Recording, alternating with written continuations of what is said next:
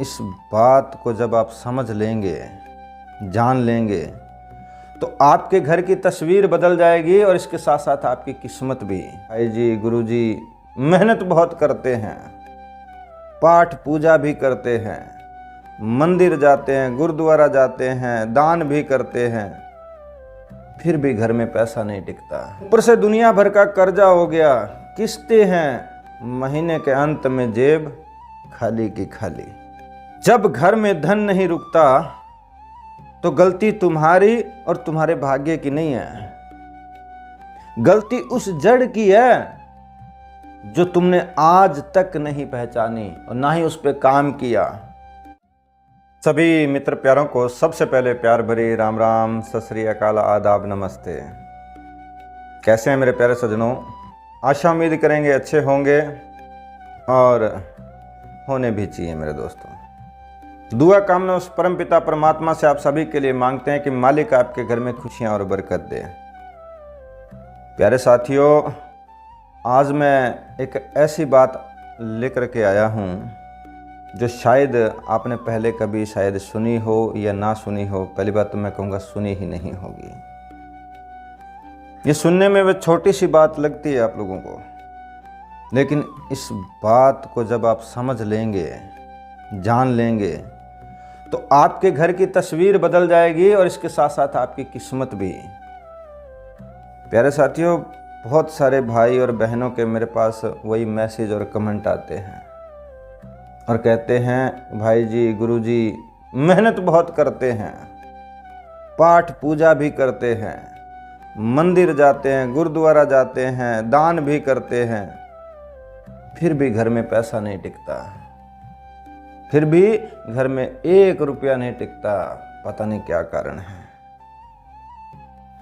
ऊपर से दुनिया भर का कर्जा हो गया, किस्तें हैं, महीने के अंत में जेब खाली की खाली। अब पता नहीं कि कोई टोना कर दिया, कोई टोटका कर दिया, या हमारी किस्मत माड़ी है। ये कहानी दोस्तों मेरी नहीं है, ये आप लोगों की कही हुई बातें मैं आप लोगों को बता रहा हूं। और उसमें से शायद आप भी एक हो सकते हैं जो मेरा वीडियो देख रहा है। अब इसी में से कोई कहता है कि भाई राहु बैठा है मेरी कुंडली में। अजब गजब की कहानियां सुनने को मिलती हैं। कोई कहता है शनि खराब है। करूं तो करूं क्या?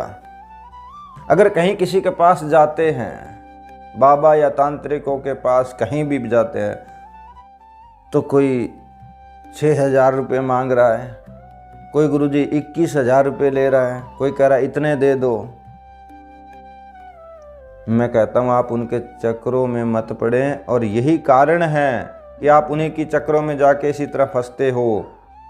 बस कुछ नहीं जाता, आपका पैसा जाता है, समय जाता है, राहत मिलती नहीं। तो आज मैं आपको वो बताऊंगा जो कोई बाबा आपको नहीं बताएगा इसके बारे में। अगर वो क्यों बताएगा तो भाई वही बात है कि उनकी दुकानें बंद हो जाएंगी, सीधी सीधी बात है। जी हाँ, और इसी का हल लोग जानना चाहते हैं। असली कारण क्या है, जड़ क्या है इस कर्जे की?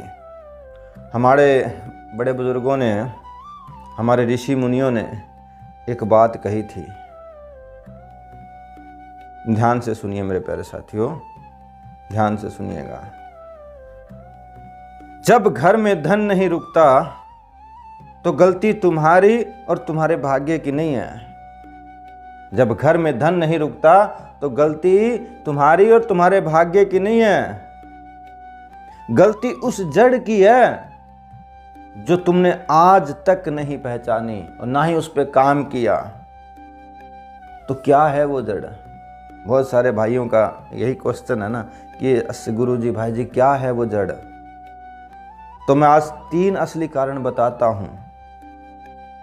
3 असली कारण जिस समस्या को आप लेकर के मेरे पे मैसेज, व्हाट्सएप वगैरह बहुत सारे करते हैं, ना ही आपको कोई बताएगा और ना ही बताएंगे, क्योंकि जहाँ भी जाओगे वहाँ तुम्हें सिर्फ घुमाया जाएगा, परेशान किया जाएगा और पैसे लूट लिए जाएंगे। छोटे छोटे 3 उपाय हैं। पहला कारण साथियों, वास्तु दोष। कुछ लोग मानेंगे, कुछ लोग नहीं मानेंगे। मानने वालों के लिए खुदा भी है, जल गंगा भी है, पानी तो पानी है। नहीं मानने वालों के लिए पत्थर सब कहानी है। कहते हैं वास्तु दोष, घर में ऊर्जा का उल्टा बहाव। जब घर की दिशाएं गलत होती हैं ना मेरे सज्जनों, तो लक्ष्मी माता आती तो है, चली जाती है, आती है, चली जाती है, लेकिन रुकती नहीं है। समझे पहला कारण। अब दूसरा कारण, पितृदोष।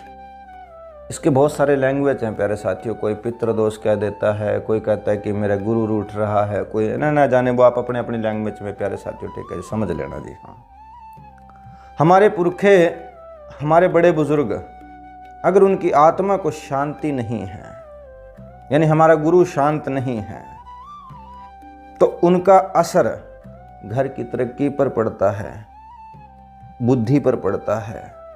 और ये मैं कोई अंधविश्वास की बात नहीं कर रहा हूँ, हमारी संस्कृति और ये विज्ञान के थ्योरी में भी आता है, वो भी साबित करूँगा मैं आप लोगों को। अब तीसरा कारण,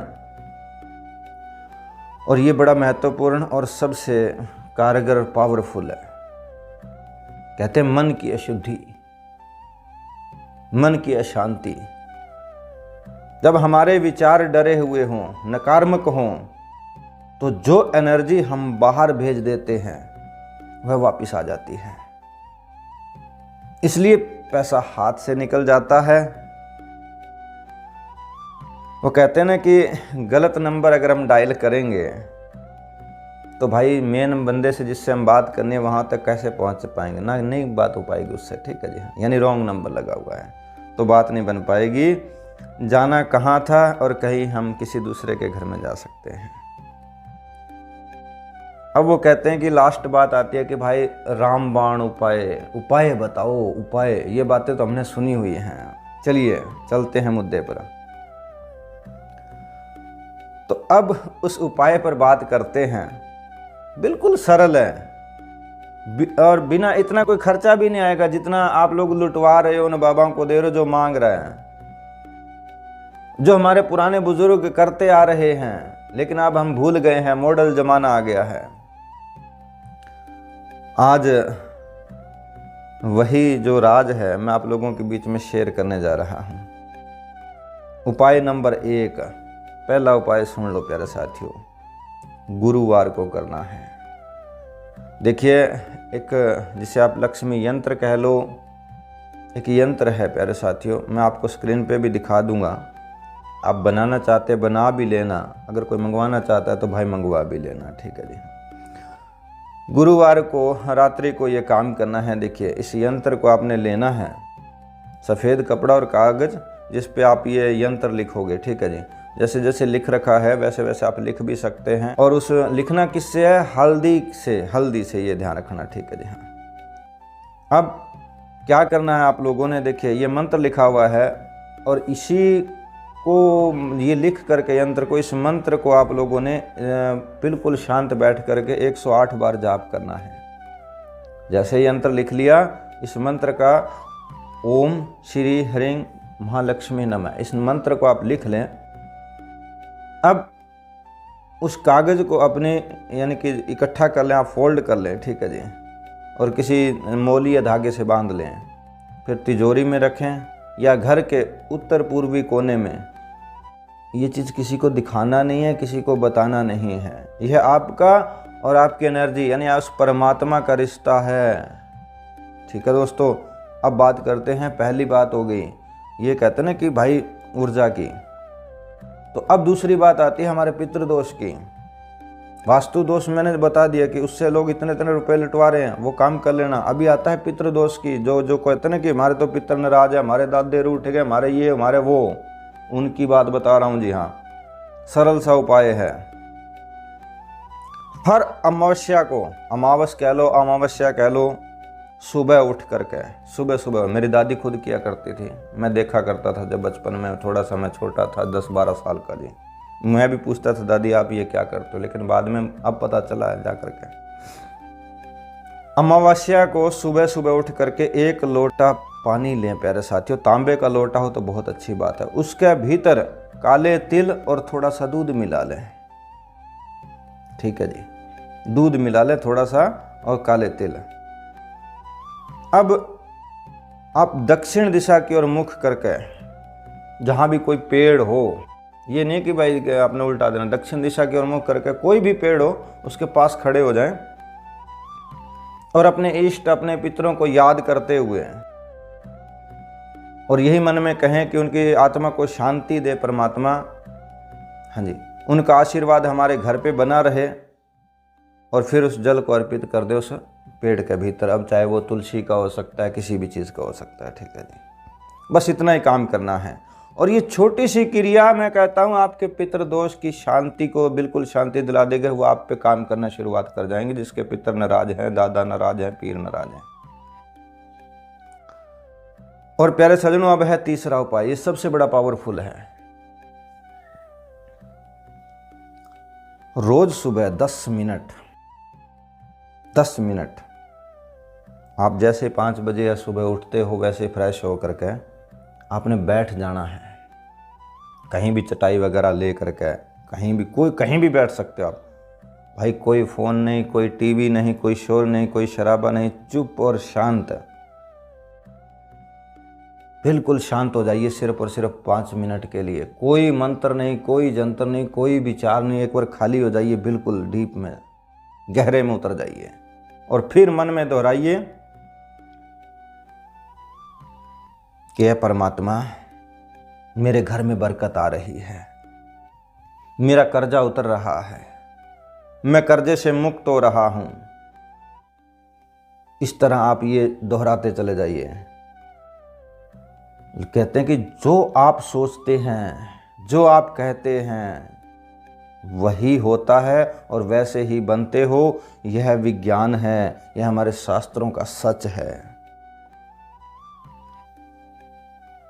ठीक है मेरे सज्जनों, अब आगे हम बात करते हैं। देखिए, मैंने आपसे पहले भी कहा था, यानी कि इन फेक बाबाओं से बचिए मेरे सज्जनों।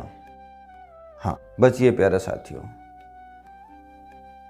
जो आप लोगों से कहे ना कि भाई 10,000 लगेगा, 5,000 लगेगा, 20,000 लगेगा, आपका ये कर दूंगा, वो कर दूंगा, क्या उसके घर में शांति है? वो तो आप लोगों को खोज रहा है, सोच रहा है कि ऐसा कोई मुर्गा, कोई ऐसा कोई मजबूर आए कि मेरा पैसा बन जाए। उससे दूर भाग जाइएगा, पहले कह रहा हूँ जी। हाँ, बच जाओ, सीधी सी बात है।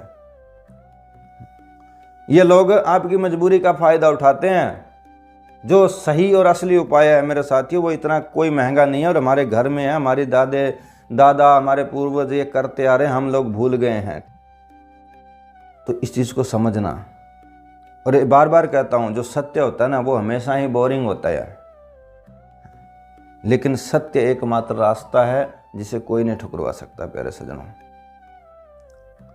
तो आज का जो उपाय अगर आप लोगों को अच्छा लगा हो, दिल को छू गया हो, तो एक बात कहना चाहूँगा, इस वीडियो को ज़रूर शेयर करना माता बहनों के पास जो कर्ज से परेशान हैं।